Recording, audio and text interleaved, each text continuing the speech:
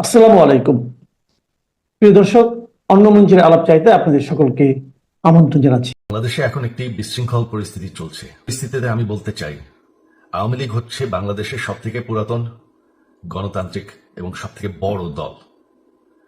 আওয়ামী লীগ কিন্তু মরে যায়নি। আওয়ামী লীগ এই দেশকে, বাংলাদেশকে স্বাধীন করেছে। আওয়ামী লীগকে শেষ করা সম্ভব না। আমরা বলেছিলাম যে আমার পরিবার আর রাজনীতি করবে না, তবে আমাদের নেতাকর্মীর উপর যেভাবে হামলা হচ্ছে, এই পরিস্থিতিতে আমরা হাল ছেড়ে দিতে পারি না। বাংলাদেশে যদি গণতন্ত্র নতুন বাংলাদেশ গড়ে তুলতে হয়, আওয়ামী লীগ ছাড়া সম্ভব না। আওয়ামী লীগ হচ্ছে সব থেকে বড় দল। আওয়ামী লীগ কোথাও যাবে না, আওয়ামী লীগ শেষ হয়ে যাবে না, আওয়ামী লীগকে শেষ করা সম্ভব না। আওয়ামী লীগের নেতাকর্মীদের আমি সবাইকে আহ্বান জানাচ্ছি যে আপনারা সাহস নিয়ে দাঁড়ান। আপনারা একা না, আমরা আছি। বঙ্গবন্ধুর পরিবার কোথাও যায়নি। আমি মনে করি, আমার পার্সোনাল ব্যক্তিগত মতামত হলো, বাংলাদেশে এখন নির্বাচন ছাড়া কোনো বিকল্প নাই। হয় নির্বাচন না গৃহযুদ্ধ, এর বাইরে কোনো বিকল্প নাই। যারা নির্বাচনের পক্ষে থাকবেন, নির্বাচনকে সুষ্ঠু সুন্দরভাবে করতে চাবেন, তারা দেশে একটা সুষ্ঠু অবস্থা চান, দেশে সুন্দর অবস্থা চান, দেশের উন্নয়ন চান, জনগণের শান্তি শৃঙ্খলা চান, জনগণ নিরাপত্তা চান, এটাই প্রমাণিত হবে। আর যারা এর বাইরে যাওয়ার চেষ্টা করবেন, যারা নির্বাচনটাকে বাধাগ্রস্ত করার চেষ্টা করবেন, যারা নির্বাচনটা হতে বাধা দিবেন, তারা অবশ্যই দেশটাকে গৃহযুদ্ধের দিকে নিয়ে যাবেন।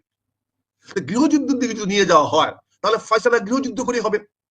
কেউ তো কাউকে ছাড় দিবে না। এখন যে সরকারি কোনো পক্ষ না, এখন দুইটা আলাদা পক্ষ। আজকে কথা বলবো, বাংলাদেশে এক নতুন মালের আমদানি হয়েছে। সে নতুন মাল হচ্ছে ডাস্টবিন শফিক। তো ডাস্টবিন শফিক ঘোষণা দিয়েছে যে বাংলাদেশে 15ই আগস্টের কেউ যদি প্রোগ্রাম করে, কোনো অনুষ্ঠান করে বা শোক র্যালি করে, তাহলে তাদের বিরুদ্ধে ব্যবস্থা নেবে। কিন্তু ডাস্টবিন শফিক আসলে বাংলাদেশের আওয়ামী লীগের ইতিহাস সম্পর্কে তার কোনো ন্যূনতম কোনো ধারণা নাই। বাংলাদেশ আওয়ামী লীগ সম্পর্কে তার কোনো ধারণা নাই। তার ডাস্টবিন শফিককে জাস্ট আওয়ামী লীগের ইতিহাসটা একটু স্মরণ করাই দিতে চায়। মিস্টার ডাস্টবিন শফিক, শুনে রাখেন যে বাংলাদেশ আওয়ামী লীগকে এই টিক্কা খান, আইয়ুব, এরা কেউ ধাবায় রাখতে পারে নাই। পাকিস্তানের শক্তিশালী শাসক টিক্কা খান এবং আইয়ুব খানকে পরাজিত করেই বাংলাদেশ আওয়ামী লীগের নেতৃত্বে এই বাংলাদেশ স্বাধীন হয়েছে। দামায় রাখতে পারে নাই। 1975 সালে বঙ্গবন্ধুকে হত্যা করার পর শেখ কামাল, শেখ জামাল, শেখ রাসেল সহ পুরো পরিবারটাকে হত্যা করার পরে এই ডাস্টবিন শফিকের পূর্বসূরীরা খন্দকার মোস্তাক, জিয়া, ডালিম, ওরা মনে করেছিল যে বাংলাদেশ আওয়ামী লীগের নাম আর কেউ নিবে নাই। বাংলাদেশে ইতিহাস থেকে আওয়ামী লীগের নাম মুছে ফেলেছে। আসলে কি বাস্তবে পেরেছিল? এই ডাস্টবিন শফিক, শোন, তোর পূর্বসূরীরা কি পারছিল? তোর পূর্বসূরীরা পারে নাই। 75 সালে বঙ্গবন্ধুর পুরো পরিবারকে হত্যা করার পরেও তোর পূর্বসূরীরা আওয়ামী লীগের নাম, আওয়ামী লীগের আন্দোলন, আওয়ামী লীগ সংগ্রাম বন্ধ করতে পারে নাই। 96 সালে আবার আওয়ামী লীগ ক্ষমতা এসেছিল। 111-এর এই তোর চেয়ে বড় বড় বাগা বাগা নেতারা, ফখরুদ্দিন, মঈনুদ্দিন সহ 11 কুশীলবরা শেখ হাসিনাকে জেলের ভিতরে বন্দি রেখে, প্রায় 2 বছর জেলের ভিতরে বন্দি রেখে শেখ হাসিনাকে মাইনাস করতে চেয়েছিল, আওয়ামী লীগকে মাইনাস করতে চেয়েছিল। পেরেছে? ওই ডাস্টবিন শফিককে পারছিল? পারে নাই। আওয়ামী লীগ রাজপথে তাদের শক্তির সক্ষমতার যোগান দিয়ে শেখ হাসিনাকে মুক্ত করে তারপরে এই দেশে প্রধানমন্ত্রী করেছিল। আমরা করেছিলাম, আমি সালাউদ্দিন করছিলাম। 111-এ তোর মঈনুদ্দিন, ফখরুদ্দিনের আর্মির সাথে লড়াই করে, সংগ্রাম করে, ঢাকা বিশ্ববিদ্যালয়ে যুদ্ধ করে সেদিন তাদেরকে পরাজিত করে বঙ্গবন্ধু কন্যা শেখ হাসিনাকে আমরা প্রধানমন্ত্রী করছিলাম।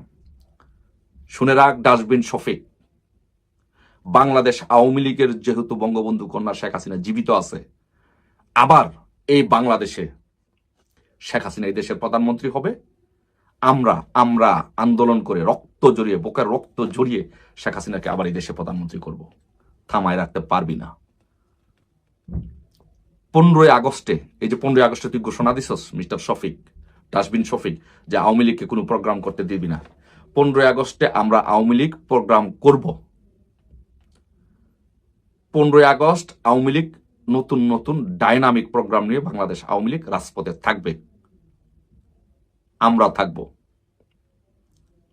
বাংলাদেশের প্রত্যেকটি সংগঠন, আওয়ামী লীগ, যুবলীগ, ছাত্রলীগ, স্বেচ্ছাসেবক লীগ, কৃষক লীগ, শ্রমিক লীগ, শেখ হাসিনা সংগ্রাম পরিষদ, প্রত্যেকটি সংগঠন বাংলাদেশে 15ই আগস্ট জাতীয় শোক দিবস পালন করবে, প্রোগ্রাম করবে। তোর বাপের যদি সক্ষমতা থাকে, তোর বাবার যদি সক্ষমতা থাকে, তুই মুখ খারাপ করলাম না, তুই পারলে থামাই রাখিস। আর এই 15ই আগস্টের শক্তিতে বলিয়ান হয়ে আমরা রাজপথে থাকবো, আন্দোলন সংগ্রাম করব এবং কমিটমেন্ট দিলাম, ওয়াদা করলাম এবং তোকে চ্যালেঞ্জ ছুড়ে দিলাম, এই ইউনূসের বিদায় করে এই বাংলাদেশে আবার প্রধানমন্ত্রী শেখ হাসিনাকে প্রধানমন্ত্রী করব।